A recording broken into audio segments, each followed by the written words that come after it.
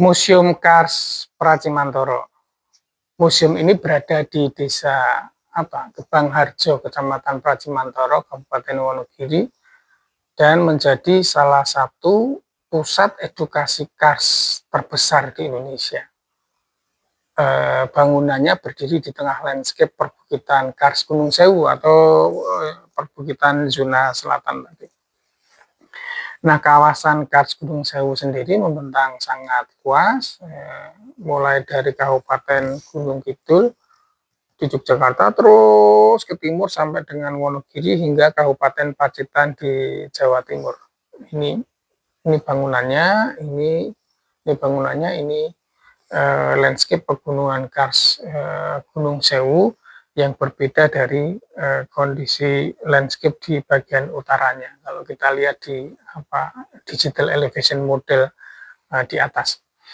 Nah, Kars Gunung Sewu membentuk sabuk perbukitan yang memanjang di selatan Pulau Jawa, membentang kira-kira ya 80 sampai 120 km lah dari Gunung Kidul hingga Pacitan, Pracimantoro. Tentu Museum Kars Pracimantoro berada di kawasan ini, dan di dalam tengah-tengah Kars Pegunungan Sewu, dan di sini terdapat ribuan bukit kecil yang berbentuk kerucut yang tersusun rapat. Nah, bukit-bukit ini yang menjadi ciri utama tentang alam Kars Gunung Sewu. Dari citra satelit ini juga terlihat bahwa bagian utara memiliki morfologi yang berbeda, lebih berupa dataran dan non-kars, sedangkan bagian selatannya didominasi oleh batu gamping yang mengalami pelarutan intensif. Ini adalah contoh sistem yang bisa kita lihat dari citra satelit.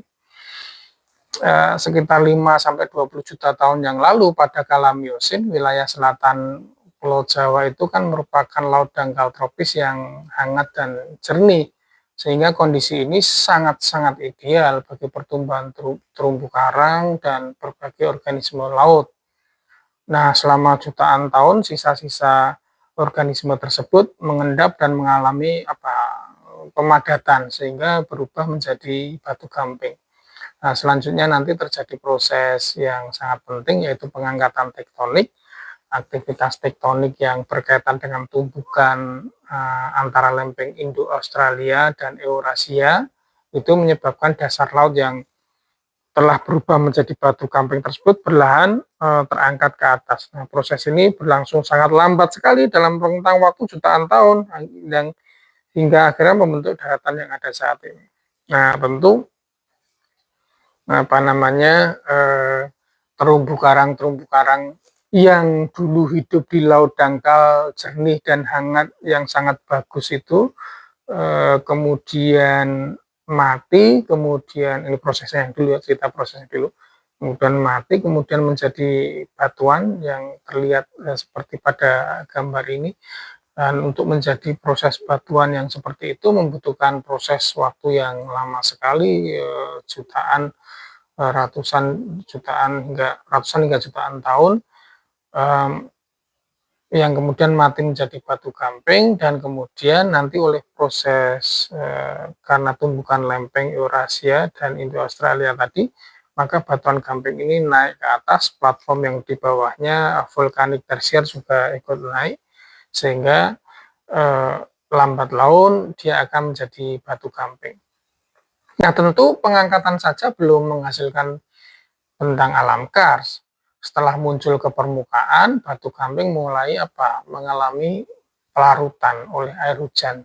Air hujan yang mengandung asam karbonat ini meresap ke dalam rekan batuan, secara perlahan melarutkan kalsium karbonat yang ada di batu gamping.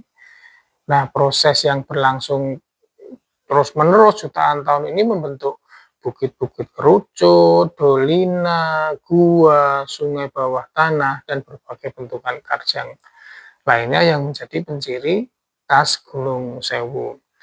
Jadi setiap bukit-bukit yang berada di sekitar Museum Kars Pracimantoro ini sesungguhnya merupakan bagian dari bekas terumbu karang purba yang telah terangkat dan dipahat oleh proses pelarutan alami selama jutaan tahun inilah yang membuat kawasan Kars menjadi sangat menarik secara visual.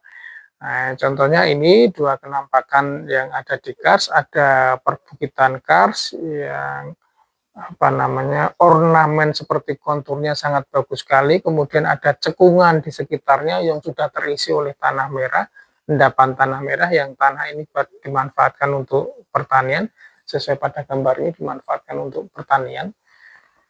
Dan ini merupakan penciri utama exokars atau ornamen kars bagian luar. Nanti di bagian dalamnya endokarsnya yang ini sistem gua ini. Nah, ini dengan berbagai ornamen stalaktit dan stalagmitnya itu adalah penciri dari perbukitan kars, dan kedua kenampakan ini merupakan penciri utama di Kars Gunung Sewu yang merupakan fisiografi pegunungan zona bagian selatan. Nah, bentukan kars di permukaan tadi disebut sebagai exokars yang ada di luar ya, itu exokars. Bentuk yang paling kecil dari exokars itu ada karen atau lapies, seperti pada gambar ini, karen atau lapies yang sebelah kanan ini ya. Jika kita mengamati singkapan batu gamping dari dekat, kita akan melihat alur-alur, ada retakan-retakan, ada lubang-lubang kecil pada permukaannya, dan ini disebut dengan lapies tadi. Nah, bentuk ini terjadi karena air hujan yang sedikit asam melarutkan batu gamping atau kalsium karbonat tadi secara berlahan, gitu ya. Ini merupakan proses karstifikasi awal dari permukaan batuan. Nah, nanti seiring waktu pelarutan ini akan bertambah terus, tersingkap terus, dan juga massa batuan yang lebih besar. Kemudian nanti dalam konteks yang lebih besar membentuk cekungan tertutup yang disebut dengan dolin yang sebelah kiri ini. Yang dolinnya sudah terisi oleh tanah merah atau terra rosa tadi. Nah, dolin ini merupakan bentukan yang khas, termasuk di penciri dari Gunung Sewu. Nanti kalau beberapa dolin berkembang, saling terhubung, membentuk cekungan yang lebih luas, disebut ufala. Nah, bentuk ini tidak beraturan, karena penyatuan beberapa dolin. Setelah nanti ufala juga ada bentuk polye, ya. Tapi sayangnya ini tidak banyak terbentuk di Indonesia, tapi di Kars, di Balkan banyak. Di Gunung Sewu ada beberapa sih yang mirip karakter polye ya. Kemudian selain ufala dan polye nanti ada bukit kerucut. Nah, bukit kerucut ini menjadi penciri utama. Bukit ini yang menyebabkan kawasan ini disebut dengan Gunung Sewu karena banyaknya kerucut-kerucut tadi. Selain itu ada tower kars, cuma sayangnya tower kars seperti pada gambar ini nggak banyak eksis, bahkan nggak ada di Gunung Sewu. Sejauh yang saya pahami tidak ada seperti kerucut ini, tapi di Kars di China, di Tiongkok, di Vietnam ada. Nah, selain itu juga nanti ada lubang vertikal yang disebut luweng pada gambar ini. Luweng itu lubang vertikal di mana air hujan masuk ke dalam jaringan gua melalui luweng ini dan menuju sungai bawah tanah. Nah, dengan kata lain, luweng ini menjadi penghubung antara dunia permukaan dan dunia bawah permukaan Kars. Nah, bentukan exokars lainnya ada lembah kering. Seperti pada gambar ini, lembah tapi tidak terisi oleh air. Seperti lembah biasa, namun tidak ada aliran air permanen. Karena airnya mengalir tidak lewat permukaan tapi langsung meresap ke dalam batu gamping dan berpindah menjadi sistem bawah tanah, sehingga lembahnya menjadi kering bagian dari exokars. Nah, kalau di luar ada exokars, proses yang di dalam ada endokars. Ya. Nah, bagian besar proses kars itu justru terjadi di bawah tanah ini, tidak terlihat secara langsung dari permukaan. Bentukan yang pertama ada gua kars. Ya, gua kars ini terbentuk ketika air hujan yang telah bercampur tadi dengan karbon dioksida menjadi sedikit asam, meresap ke dalam rekan batuan, melakukan pelarutan ribuan hingga jutaan tahun, kemudian membentuk rekaan menjadi lorong, lorong bawah tanah menjadi gua. Kemudian nanti di dalam gua ada ornamen yang disebut stalaktit, ya, terbentuk dari langit-langit gua akibat tetesan air yang membawa kalsium karbonat. Ketika air menetes, bagian karbonat dioksidanya terlepas, sehingga mineral kalsit mengendap sedikit demi sedikit, menggantung, terus bertambah. Nah, selama ribuan tahun, memanjang ke bawah, membentuk yang disebut dengan stalaktit yang menggantung seperti es. Nah, ini contoh gambarnya. Yang di sebelah kanan ini adalah gua yang terbentuk dari rekaan menjadi lorong-lorong, kemudian proses pelarutan terus berlanjut menjadi gua. Tentu untuk mencapai proses yang ini membutuhkan waktu jutaan tahun yang lalu sekali. Nanti di bagian dari gua itu ada proses pelarutan yang terus berlanjut. Kemudian di tengah proses pelarutan tadi melarutkan material bersama air, kemudian teroksidasi menguap sehingga tertinggal materialnya menambah panjang dan menggantung. Ini disebut dengan stalaktit atau bentukan kolom, bentukan kerucut yang menggantung di langit-langit dari gua menuju ke bawah. Tentu besarnya stalaktit itu menandakan berapa lama proses itu berlangsung. Nah, biasanya di bawah stalaktit itu muncul yang disebut stalagmit.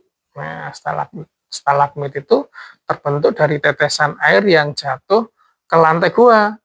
Nah, tetesan yang jatuh ke lantai gua tadi mengendapkan mineral dan berlahan tumpukan mineral yang terendapkan tadi tumbuh ke atas. Karena airnya menguap, kemudian mineralnya ditinggal di situ, material dan mineral ditinggal di situ, maka dia tumbuh. Kalau stalaktit tumbuhnya ke bawah, kalau stalagmit tumbuhnya ke atas, dari bawah ke atas. Nah, nanti ada kalanya dua proses ini akan bertemu. Stalaktit dari atas dan stalagmit dari bawah bertemu. Kalau dia menyatu, akan menjadi kolom atau pilar gua. Bentukan kolom atau pilar gua ini merupakan ornamen yang paling mengesankan karena menunjukkan betapa panjangnya sejarah pembentukan di gua itu terjadi seperti pada gambar ini. Nah, selain itu di Indo-Kars juga ada yang disebut flowstone, yaitu endapan kalsit yang terbentuk ketika air mengalir sangat tipis di sepanjang dinding atau lantai gua, membentuk flow. Maka disebut dengan flowstone. Ini gambar ini menunjukkan disebut dengan flowstone.